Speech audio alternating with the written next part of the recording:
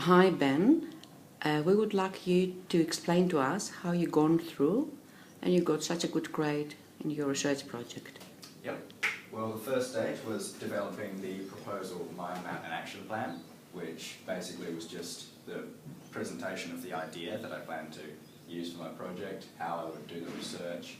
The mind map was just basically a brainstorm of what I would use, for example, case studies, research processes, things like that. And then the action plan is just a timetable, a brief sort of approximate timetable because it's before you've started, of what I would do each week. For example, week 3, develop a mind map, proposal, action plan. Week 4, find interviewees, make the questionnaires, etc. Can I ask you something? Can you tell us what your research project was on? Well, the question was, what factors contribute to a person's susceptibility to religious radicalisation, and how does this occur? So it was mainly based on Islamic radicalisation because that's the current news topic, but I did investigate other forms of radicalisation as well. Was it hard for you to find sources? Well, a lot of it was in the news at the moment. So in the source analyses, those two, they're both news sources. One's radio news, the other's television. But in terms of scientific papers, there were not as many as I would have liked, and those that there were had to be paid for. So some sources were easy to find, others were harder. Okay, so let's go back to your proposal, mind map and action plan. What are these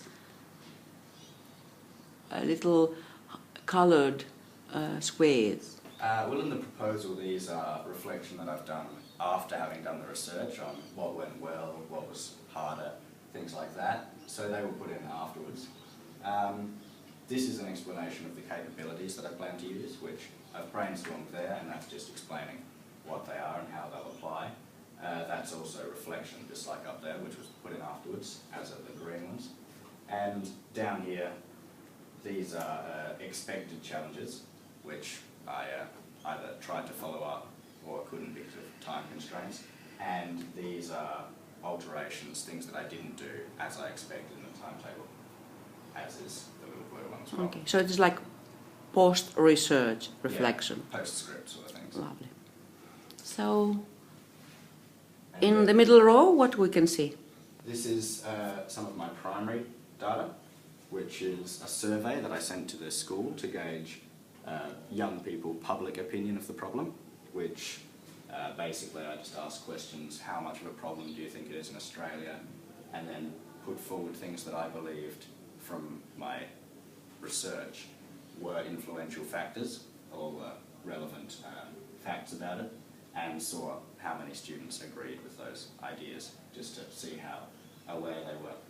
And then this is also primary information. This is an interview that I conducted with an expert, Professor Anne Ali. That's just a brief explanation of who she is, how she's relevant. They're the notes from the interview, and then a little reflection of successes and issues with the interview as well.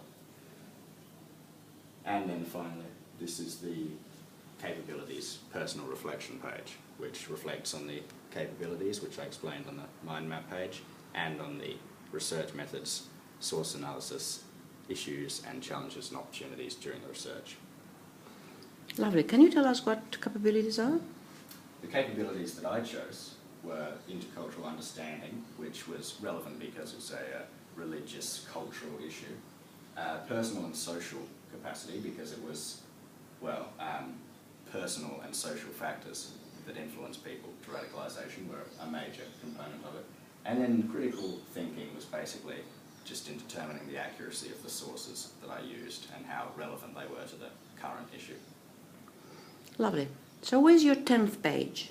My 10th page is my outcome plan, which is basically just a table of each paragraph, introduction and conclusion as well, what sources I would use to back up the information I put in there, and the intention of the paragraph, so what it was going to be telling the reader. So that middle one, the middle one, we call it substantiation. Yes. For those who don't know. So you really adequately substantiated your research. Lovely. So that's 10 pages. Yep. And where's your outcome? My outcome is over here, just presented as a report. Basically, it just introduces the issue at first, a bit of history of religious violence and radicalisation, and then moves on to talking about the factors that I found, which were personal factors and social factors mainly.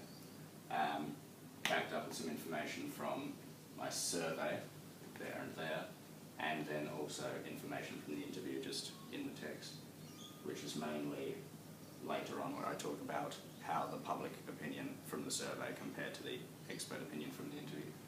So if you can reflect again, you needed your survey. Yep. With the interview. Your interview and with your literature review. And with the literature review. So you have 3 sources. 3 major kind ones, yeah. of sources. Yeah. Lovely. And then I also sort of summed up, I did a case study of a recent publicised radicalisation, which was Jake Baladi, who was a Melbourne school teenager who went off to join the Islamic State of Iraq and Syria. And I just used that to sort of demonstrate how the factors I'd identified applied to him. So how your model Yeah. applies in real life. And we saw that it's matching. It is. So this is the model. Yes, that's one called Viktorovich's model, which I found was the most applicable in real experience. Lovely. And this is your... That's my bibliography down here, which is mainly, well, primary sources at first, which was the personal blog that was Jake Baladi's personal blog, interviews that I conducted personally, interviews that I listened to over the radio, and the survey that I distributed, and then secondary sources afterwards, which is some television news and current affairs programs, journal articles, which were scientific, explaining the sort of psychology behind it, then a few books and quite a few online articles afterwards. Lovely. Great job. Thank you. Thank you. We have to say that you got a merit for your merit outcome. Yes. And great, great, great evaluation grade. Thank you.